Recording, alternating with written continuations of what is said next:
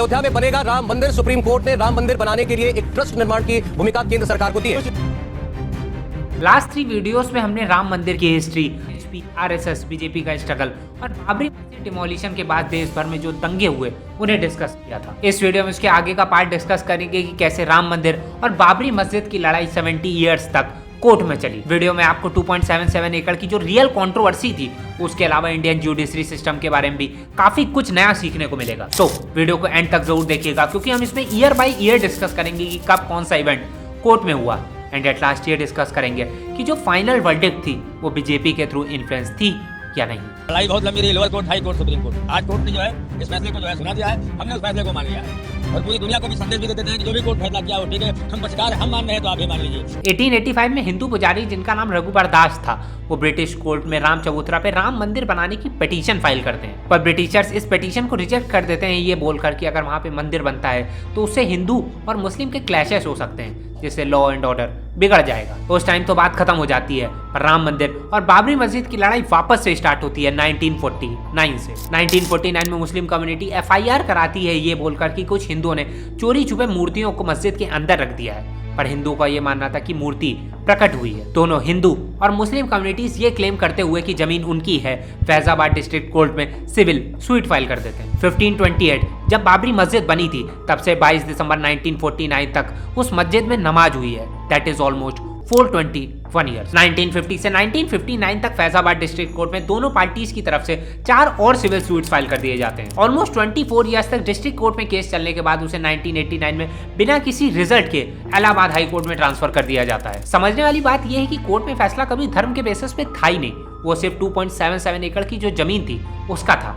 हाँ, वो बात अलग है कि हिंदुओं की आस्था राम मंदिर में थी और मुस्लिमों का ईमान बाबरी मस्जिद में। 1984 में विश्व हिंदू परिषद राम जन्मभूमि न्यास ट्रस्ट की स्थापना करती है। इस ट्रस्ट का एम था कि वो राम मंदिर बनाए, और वीएचपी के पिटीशन के बाद 1986 में कोर्ट बाबरी मस्जिद के गेट को ओपन करने का ऑर्डर देती है, सो दैट हिंदूज वहां पे वर्शिप कर सके। रिमेंबर 1949 में जब से मूर्ति मिली थी, तब से 1989 तक बाबरी मस्जिद में ताला लगा था।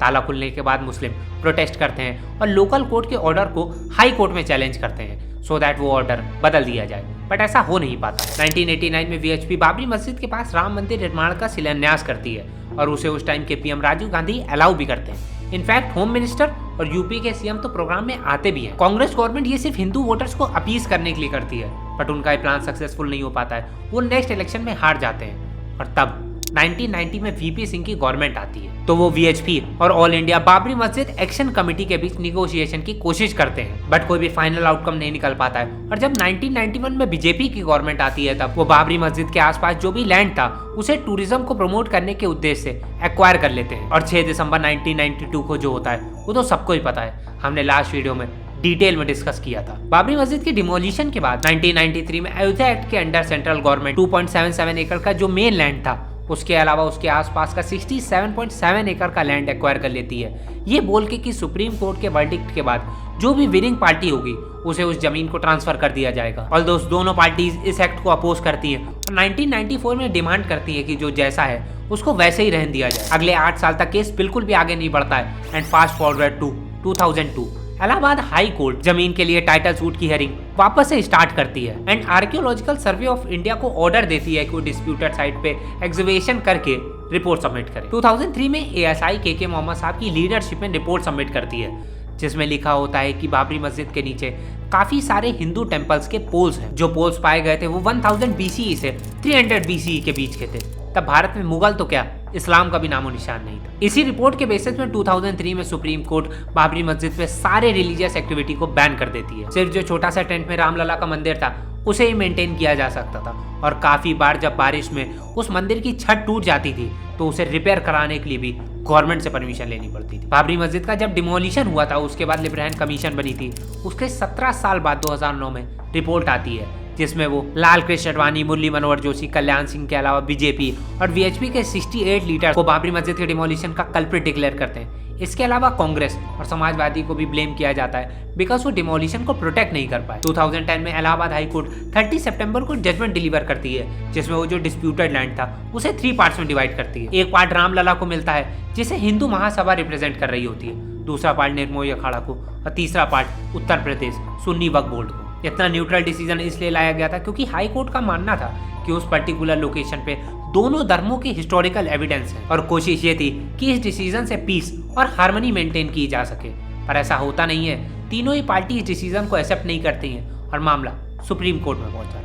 2011 में सुप्रीम कोर्ट हाई कोर्ट के ऑर्डर पे स्टे लगा के अपने लेवल पे हियरिंग स्टार्ट कर देती है। 2013 में सुब्रमण्यम स्वामी पिटीशन फाइल करते हैं कि इस मामले की हियरिंग जल्दी की जाए, पर सुप्रीम कोर्ट इस पिटीशन को रिजेक्ट कर देती है, ये बोल के कि मामला उनके लिए इतना भी इंपॉर्टेंट नहीं है। 2014 में बीजेपी पार्टी नरेंद्र मोदी की लीडरशिप में सेंटर में आती है और उनके मैनिफेस्टो में होता है कि वो राम मंदिर बनवाएंगे। 2015 में सुप्रीम कोर्ट सुब्रमण्यम स्वामी की पिटीशन को वापस से ओपन करती है और एक बार फिर इस डिस्प्यूट को प्रॉपर्टी की तरह ट्रीट करती है, रिलीजियस इशू की तरह नहीं। 2017 में सुप्रीम कोर्ट ने दोनों पार्टीज को कोर्ट के बाहर समझौता करने को कहा और एक मीडिएशन पैनल भी बनाया क्योंकि ये मैटर जमीन से बढ़कर है और करोड़ों लोगों की आस्था इससे जुड़ी हुई है। 2018 में सुप्रीम कोर्ट एक बार फिर सुब्रमण्यम स्वामी की अर्ली हियरिंग की पिटीशन प्रायोरिटी ना होने की वजह से रिजेक्ट कर देती है। 2019 में सुप्रीम कोर्ट निगोशिएशन और मीडिएशन ना हो पाने की वजह से अगस्त में फिर से हियरिंग स्टार्ट करती है और सेंट्रल गवर्नमेंट डेली हियरिंग के लिए रिकमेंड करती है। उसी को देखते हुए सुप्रीम कोर्ट राम जन्मभूमि केस की लगातार 40 डेज तक हियरिंग करती है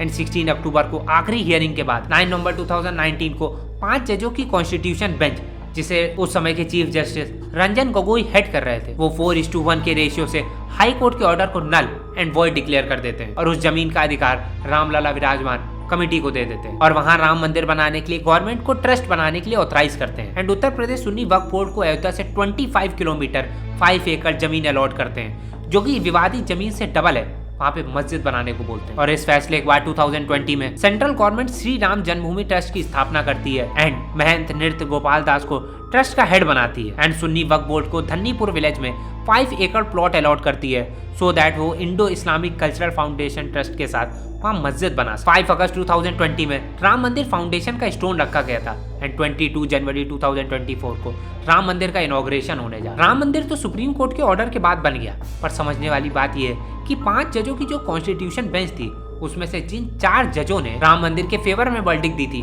उनमें से 3 अभी कहीं ना कहीं सेंट्रल गवर्नमेंट के साथ काम कर रहे हैं। उस समय के चीफ जस्टिस रंजन गोगोई को बीजेपी ने राज्यसभा मेंबर बना दिया, एस अब्दुल्ला नजीर को आंध्र प्रदेश का राज्यपाल बना दिया, अशोक भूषण को नेशनल कंपनी लॉ का चेयरपर्सन बना दिया एंड DY चंद्रचूड़ अभी चीफ जस्टिस ऑफ इंडिया है। आप कमेंट में बताइए कि जो राम मंदिर बनाने का फैसला था उसे बीजेपी के थ्रू इन्फ्लुएंस किया गया था या फिर नहीं। मुझे उम्मीद है कि आपको बाबर की बाबरी मस्जिद बनाने से राम मंदिर बनने तक की ये 4 वीडियो की सीरीज पसंद आई होगी। वीडियो को लाइक और शेयर करके इसकी रीच बढ़ाइए सो दैट ये राम मंदिर बनने के लिए कोर्ट में 70 सालों की जो लड़ाई है वो लोगों को पता चल पाए। मिलते हैं अगली सीरीज द न्यू कश्मीर में, तब तक आप उस सीरीज की इंट्रो वीडियो देखिए। बाय।